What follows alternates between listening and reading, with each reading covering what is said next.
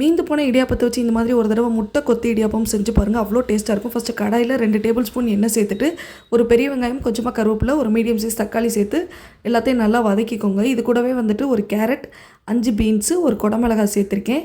இப்போ காய்கறிகள் நல்லா லைட்டாக வதக்கிட்டு ஒரு தட்டை வச்சு மூடி வச்சிங்க அப்படின்னா ஒரு 5 நிமிஷத்தில் நமக்கு நல்லா வெந்து வந்துடும். அதுக்கப்புறமா இந்த மாதிரி ஒதுக்கிட்டு அதில் 2 டீஸ்பூன் எண்ணெய் சேர்த்துக்கோங்க. 2 முட்டையை உடச்சி ஊற்றி நல்லா முட்டை வேகிற அளவுக்கு வேகிற வரைக்கும் கிளறி விடுங்க.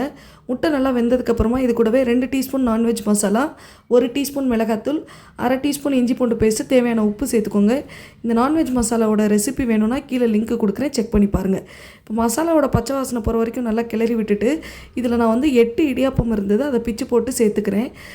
இடியாப்பத்தை சேர்த்ததுக்கப்புறமா அந்த மசாலா எல்லா பக்கமும் நல்லா பரவுற மாதிரி நல்லா மிக்ஸ் பண்ணி விட்டு கடைசியாக மல்லித்தலை தூவி இறக்குனீங்க அப்படின்னா டேஸ்டியான முட்டை கொத்தி இடியாப்பம் ரெடி.